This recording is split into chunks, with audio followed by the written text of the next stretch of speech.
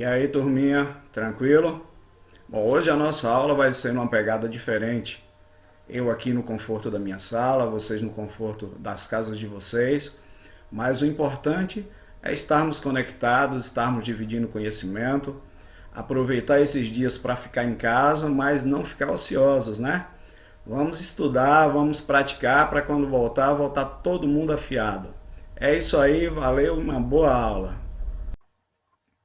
Bem, na aula de hoje nós vamos falar sobre dilatação térmica. E no decorrer dessa aula a gente vai observar que ela está muito mais presente no nosso cotidiano do que a gente imagina. Por exemplo, quem nunca se deparou quando está lavando louça com dois copos que grudam um no outro e fica difícil sair? Ou quando você vai abrir, por exemplo, um vidro de azeitona, um vidro de palmito e não consegue tirar essa tampa de jeito nenhum. Algumas dessas tampas elas vêm com uma pequena válvula de borracha que você tira para liberar a pressão e abre com facilidade. Mas nem todas têm esse dispositivo. E aí a gente se vê obrigado a improvisar.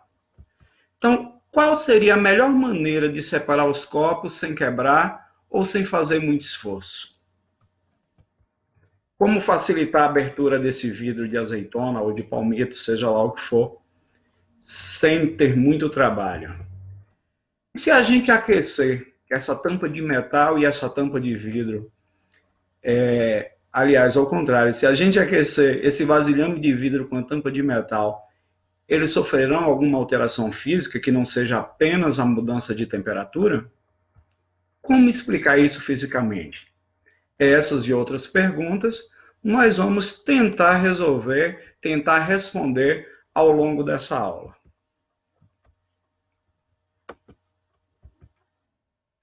Bom, para isso a gente precisa relembrar alguns conceitos básicos já estudados. Um deles é o conceito de temperatura.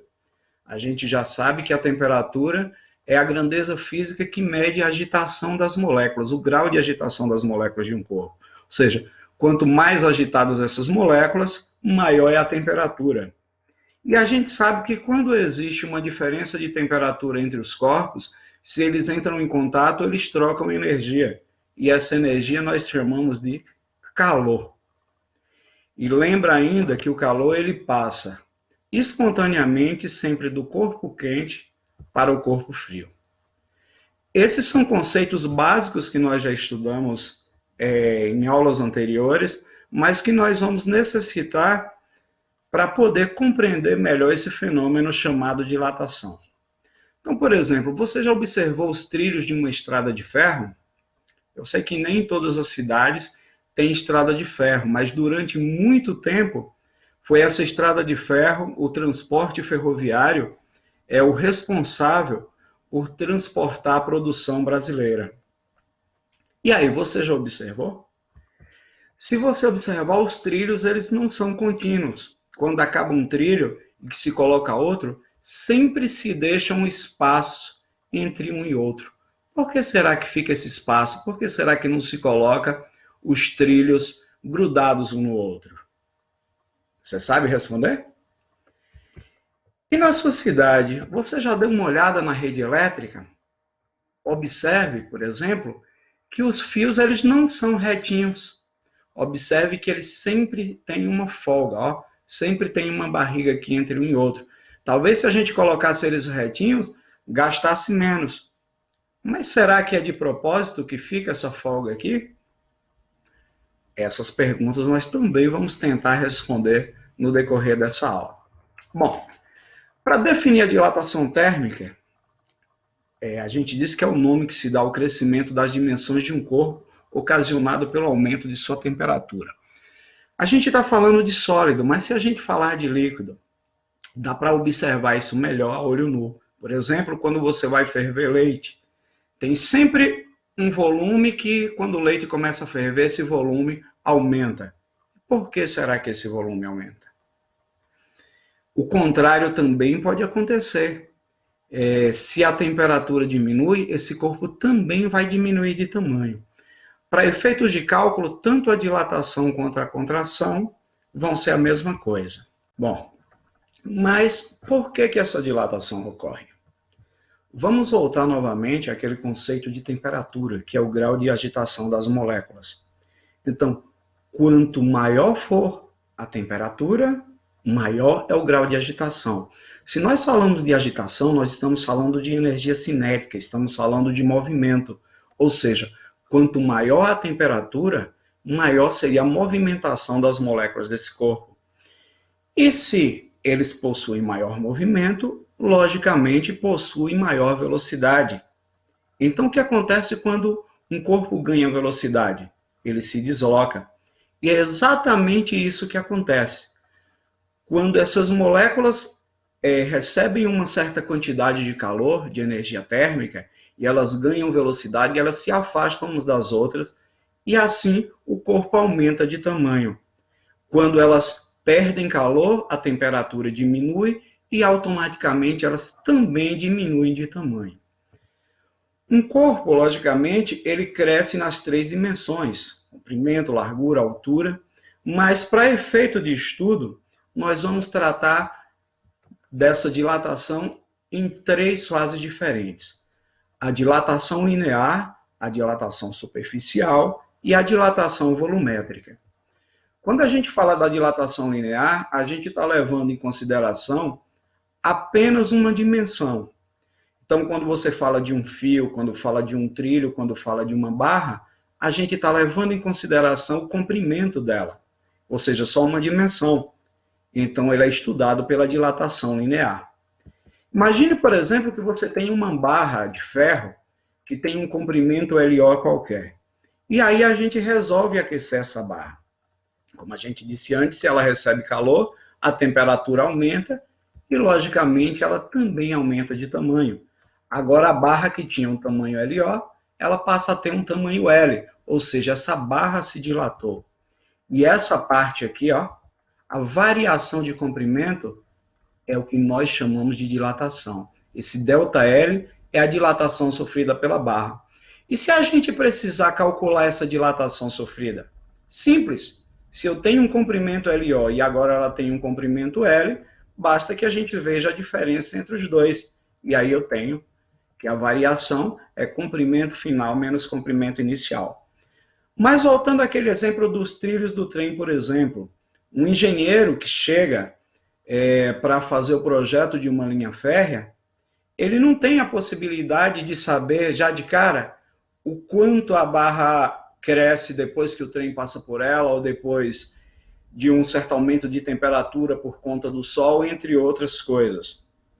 Então, ele não vai ter o trilho pequeno e depois o trilho grande para ver a dilatação sofrida e assim saber qual é o espaço que ele deve deixar entre os trilhos. Então, a gente precisa de outras informações.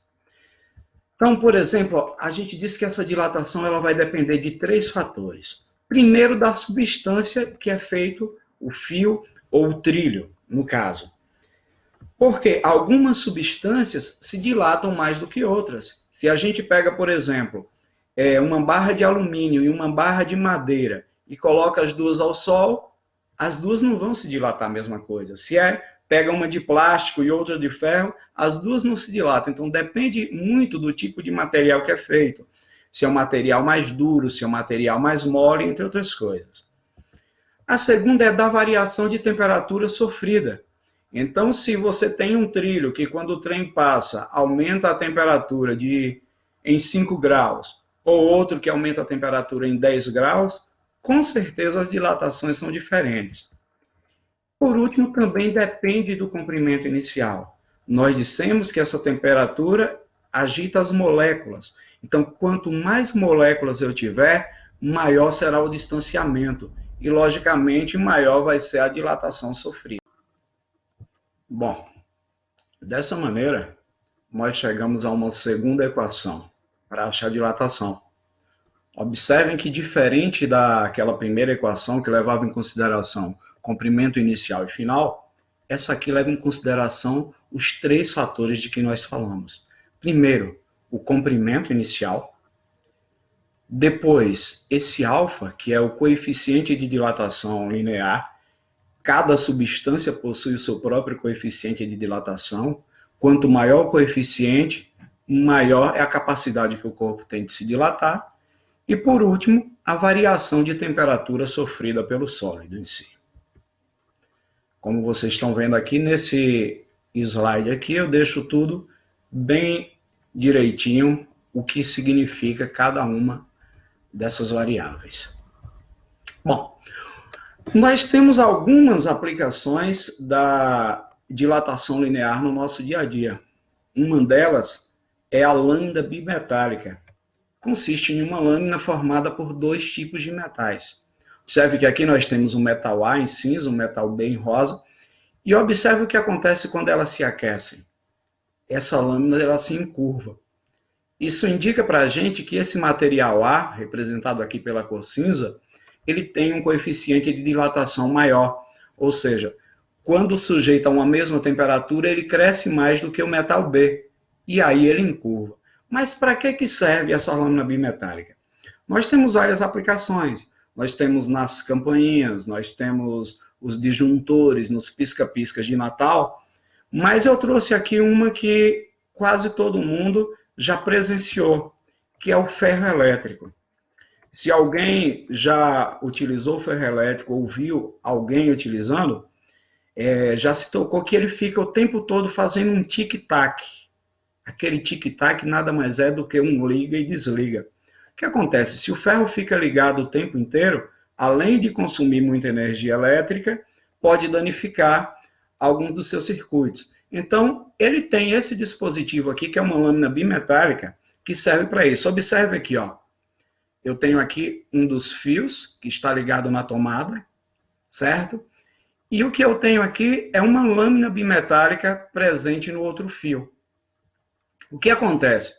É que essa lâmina, quando ela se aquece, ela desliga. Ele encurva para cima e ele desliga o circuito. Quando ele se resfria, ele volta novamente ao normal e liga o circuito. Então, esse tic-tac que a gente fica ouvindo é quando esse ferro liga ou desliga. Dessa maneira aqui, ó. Ele é feito uma parte de ferro e outra de cobre. O cobre, ele se dilata com uma maior facilidade que o ferro. Então, ele se aquece, ele se dilata, encurva para cima e o circuito se abre. Da mesma maneira, quando ele resfriar, ele volta ao tamanho normal, o circuito se fecha e começa tudo novamente. Bom, nos últimos slides aqui eu deixei algumas questões resolvidas para vocês terem como exemplo. E agora coloquem isso em prática, mãos à obra. Agora que já sabemos o que é dilatação térmica, corram lá nos nossos fóruns e vão responder as questões que eu deixarei para vocês na plataforma. Ok? Obrigado, turma, e até a próxima.